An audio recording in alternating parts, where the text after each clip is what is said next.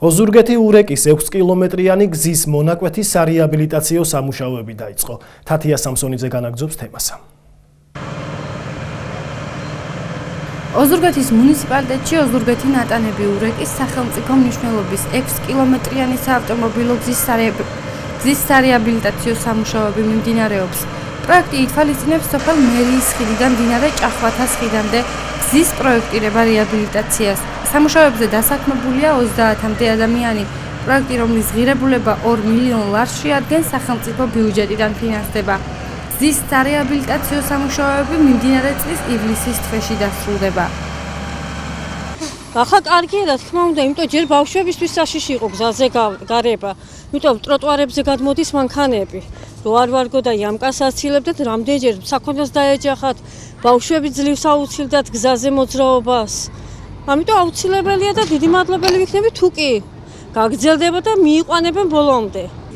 ადრე იყო ძალიან გაუსაძლისი მდგომარეობა, სუნთქვა ჭირდა, ხალხი ფანჯარას ვერ აღებდა, ბავშვები პირბადით დაყვავდა. ცხელა ეხლა მით უმეტეს თანდათან იმატებს მტვერი და ძალიან ცუდია რა. ხო და ძალიან კარგი იქნება ამას თუ ბოლომდე დააგებენ, სადამდესაც არის გზა გაფუჭებული, მგზავრობა გაძნელდა, ფეხით ვერ გაივლიდი ქუჩაში, ესეთი სიტუაცია იყო და უკეთესი იქნება რომ გააკეთონ და ჩვენც დავისვენებთ. ყოფებით ახლა ოზურგეთი ნატანები ურეკის 19 კილომეტრზე 6 კილომეტრიანი მონაკვეთი, რომელიც უმძიმეს მდგომარეობაში იყო და მოსახლეობა ხშირად აყენებდა ამ საკითხს, დაიწყო ამ გზის რეაბილიტაციის სამუშაოები.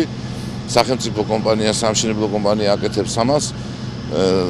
ძალიან მოკლე ხანში საკმაოდ შთამბეჭდავი შედეგებით მე მინდა დიდი მადლობა გადაუხადო ინფრასტრუქტურის სამინისტროს ასეთი მყისიერი რეაგირებისათვის და ის თხოვნა, რომელიც მუდმივად შემოდიოდა მოსახლეობისაგან, უახლოეს ერთ თვეში სრულად დასრულდება და რეაბილიტირებული გზა გვექნება. მუშაობს ტექნიკა 10 ერთეული, დასაქმებულია 12 ადამიანი ჩვენი ორგანიზაციიდან.